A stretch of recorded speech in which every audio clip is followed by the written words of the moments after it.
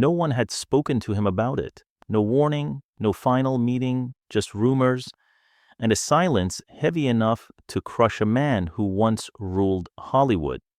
Pierce Brosnan, the name that once embodied elegance, charm, and the very soul of James Bond, stood at the absolute height of global fame. The world saw him as untouchable, the tuxedoed icon, the Golden Globe winner, the man who resurrected a dying franchise and turned it into pure box office gold.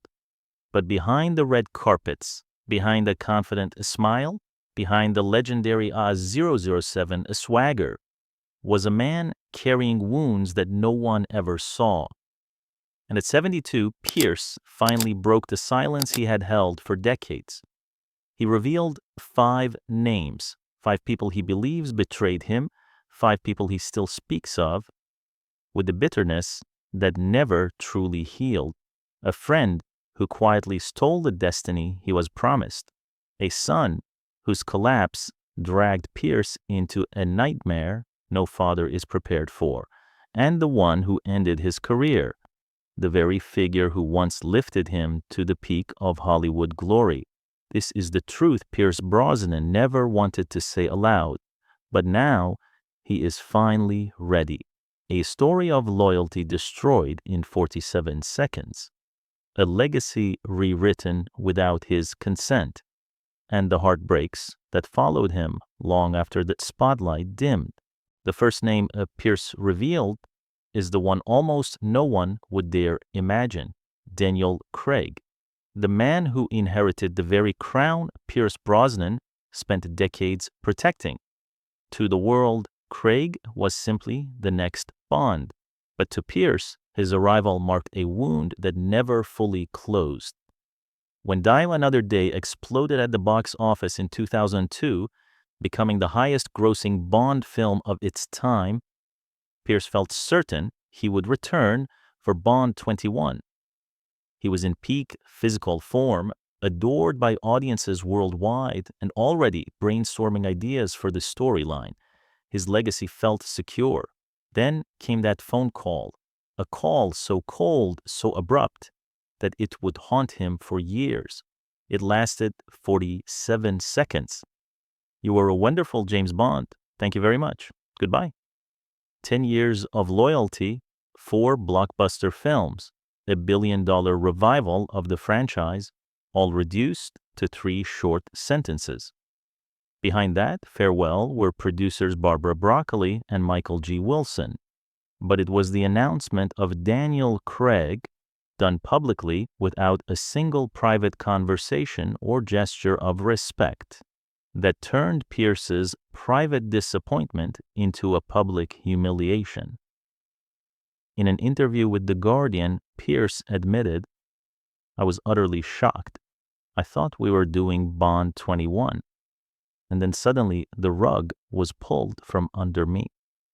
He watched as Craig stepped into the role, not with pride, not with the satisfaction of passing a torch, but with the silent agony of a man being erased from his own legacy. As the world attacked Craig for being too blonde and not Bond enough, Pierce said nothing. Not a word of bitterness, not a single complaint. Then came Casino Royale, a massive global success, a triumph that should have felt like a celebration of the franchise Pierce helped resurrect, but instead deepened the ache within him. He later referred to it as the silent kill, the quiet death of his Bond legacy. No confrontation, no drama, just a clean cut that left deep scars. And yet, Pierce never publicly blamed Craig. He even praised him in later interviews. But behind every polite word was a bruise that never completely faded. Among all the names tied to Pierce Brosnan's heartbreak, one cuts deeper than fame, deeper than Hollywood politics, deeper than any wound a producer or colleague could ever inflict. Christopher Brosnan, his son. The boy he raised, loved, protected, yet ultimately could not save. This betrayal was not born from malice, but from tragedy. When Pierce married Cassandra Harris in 1980, he didn't just gain a wife, he gained 2 children, Charlotte and Christopher, after their father passed away. Pierce legally adopted them, becoming the anchor they leaned on. Christopher adored him. He followed him onto film sets, shared family vacations, laughed beside him, and proudly called him Dad. Pierce, in turn, poured every ounce of fatherly devotion into the young boy, whose life he had vowed to reshape. But everything is shattered in 1991. Cassandra, the love of Pierce's life, lost her battle with ovarian cancer. Her death didn't just break Pierce, it destroyed Christopher. The world saw Pierce Brosnan continue working, continue smiling, continue playing the suave gentleman on screen. What they didn't see was a father quietly watching his son slip into darkness. Christopher tried to stay close to Hollywood, working behind the scenes on Tomorrow Never Dies and The World Is Not Enough. But grief is relentless, and it dragged him down with merciless force. In 1996, he was fined for drunk driving. A year later, jailed for another offense. Then came the spiral, the nightclubs, the haze of GHB, the addictions that wrapped themselves around his life like chains. Pierce tried everything. He paid for lawyers, for doctors, for rehab after rehab after rehab. Nothing worked. And the worst part? He knew he was powerless. Powerless to drag Christopher back to the surface. Powerless to heal a wound carved by fate itself. Years later, Pierce admitted through tears he struggled to hide. I hate what this world did to him. I hate that I couldn't stop it. That was the real pain. Not anger at his son, but at the helplessness that broke them both. By 2024, Christopher had disappeared once more. Seen only once, thin, pale, hollow-eyed, standing outside a grocery store in London, a ghost of the boy Pierce once held in his arms. For a man who faced betrayals from studios and producers, this, the collapse of his own child, was the wound that truly never healed. No one expected Pierce Brosnan to carry bitterness toward a friend. But destiny has a cruel sense of timing, and in Pierce's case, that cruelty wore the face of someone he respected, Timothy Dalton. This betrayal was never loud, never public, never intentional. That's what made it hurt even more. In 1986, Pierce stood on the edge of the greatest moment of his career. Albert "Cubby" Broccoli, the legendary Bond producer, had already chosen him as the next 007. Even Ian Fleming's widow herself declared Pierce the perfect embodiment of her husband's creation. Everything aligned, the tuxedo was being fitted, the press was waiting, the world was ready, and Pierce felt destiny finally embracing him. Then came a twist no scriptwriter would dare invent. NBC abruptly decided to revive Remington Steele, the very show that made Pierce a household name, and its contract shackled him, trapping him exactly when he needed freedom most. In mere days, the Bond deal vanished. Meanwhile, waiting quietly in the wings was Timothy Dalton. He had long been considered the backup choice, the just-in-case alternative. And when the door opened, even by accident, he stepped through without hesitation. To the public, it appeared smooth and professional, a simple transition from one actor to another. But behind closed doors, those who knew Pierce saw the truth. A man forced to smile while watching someone else live his dream. They said he attended the premiere of The Living Daylights with a grin that didn't reach his eyes. He applauded with steadiness, while heartbreak pulsed beneath every controlled breath. What made it unbearable wasn't just losing Bond, It was losing Bond at the exact moment he was losing the love of his life. Cassandra Harris, the woman who first introduced him to the Broccoli family, the woman who believed he was born to play Orwa 07, was fighting ovarian cancer. Pierce later said quietly, "I had to smile through it." 6 simple words, yet those words carry the weight of a collapsing world. When Pierce finally became Bond in 1995, after Cassandra had already passed, the victory felt hollow. The dream had come true, but the person who believed in it the most was no longer there to witness it. He stepped into the role with professionalism and grace, but behind the charm was a truth he never admitted openly. It didn't feel like triumph. It felt like a second chance delivered too late. To Pierce Brosnan, Barbara Broccoli was never just another Hollywood producer. She was family, or at least that's what he believed.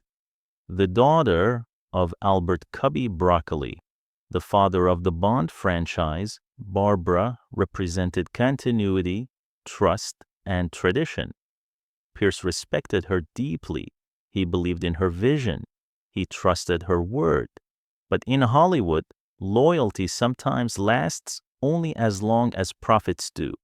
And Barbara Broccoli would become the person who ended his reign, with nothing more than a single cold phone call.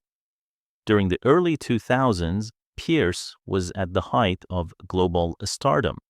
GoldenEye, Tomorrow Never Dies, The World Is Not Enough, and Die Another Day didn't just bring Bond back. They resurrected a fading franchise. Over $144 billion at the box office. A worldwide cultural resurgence, a new era of Orwa 07 built on Pierce's shoulders. Everything pointed toward Pierce returning for a 5th film. The world expected it. Hollywood expected it.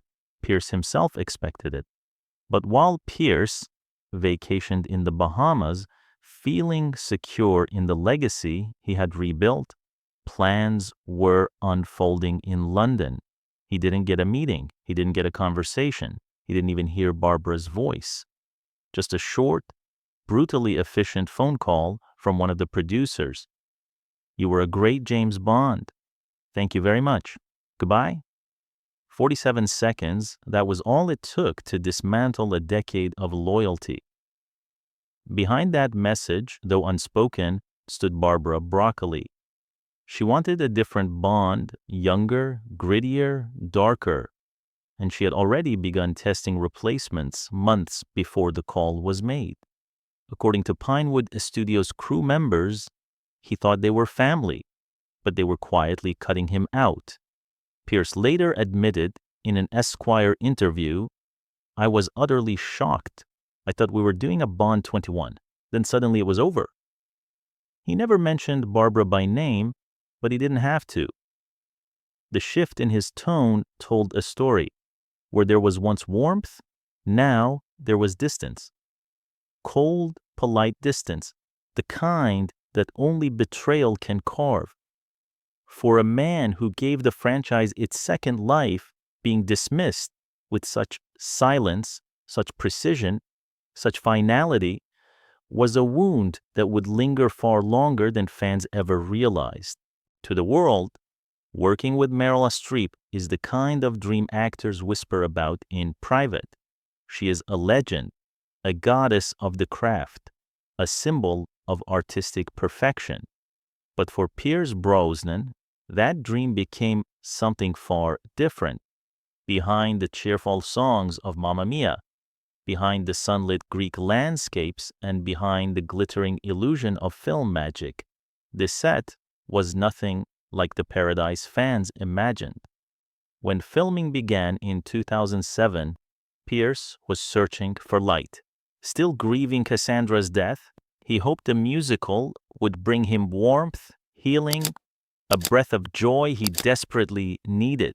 Instead, he found himself on a battlefield of artistic intensity. Crew members later described Meryl Streep as a storm, a beautiful, brilliant, overwhelming storm. Her control over the production was absolute. Every rehearsal, every camera angle, every breath in every song had to align with her vision. Genius, yes, but also chaos, the kind that crushes quieter spirits. Pierce, known for his graceful professionalism, tried to adapt, but their energies clashed from the beginning.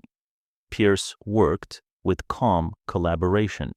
Meryl commanded the room like a general. Reports from the set painted a picture of tension.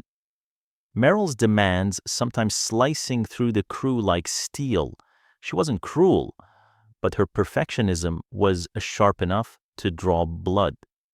Christine Baranski, a fellow cast member, would later hint that one A-list co-star had made filming difficult. She never said the name. She didn't have to. Everyone knew who she meant. Pierce never publicly criticized Meryl. He's far too elegant, too dignified, too grounded for that. But his silence spoke volumes. He skipped promotional events. He avoided discussing the production in interviews. And for months, he carried the exhaustion like a weight on his shoulders. Those 4 months on the Greek island were supposed to be joyful. Instead, Meryl's fierce pursuit of perfection turned the experience into something suffocating. A dream wrapped in tension, a musical wrapped in discomfort. Pierce admired her talent. He always has, he always will, but he did not admire her methods. In his eyes, she took something meant to be joyous and reshaped it into something rigid, demanding and draining. And though Mamma Mia became a global phenomenon, for Pierce Brosnan, its legacy is far more complicated. It wasn't the film that made him miserable. It wasn't the role. It was the experience of standing beside a goddess whose brilliance cast a shadow darker than anyone ever expected. So now, after decades of silence, the world finally sees the truth behind Pierce Brosnan's calm smile. 5 names, 5 wounds, 5 chapters of a life shaped by loyalty, loss, and the quiet kind of heartbreak Hollywood never shows. Daniel Craig, the man who unintentionally inherited his crown. Christopher Brosnan, the son whose suffering became Pierce's deepest scar. Timothy Dalton, the friend who stepped into the destiny meant for him. Barbara Broccoli, the queen who cut him loose with a 47-second goodbye. Meryl Streep, the legend who turned a joyful film into months of suffocating tension.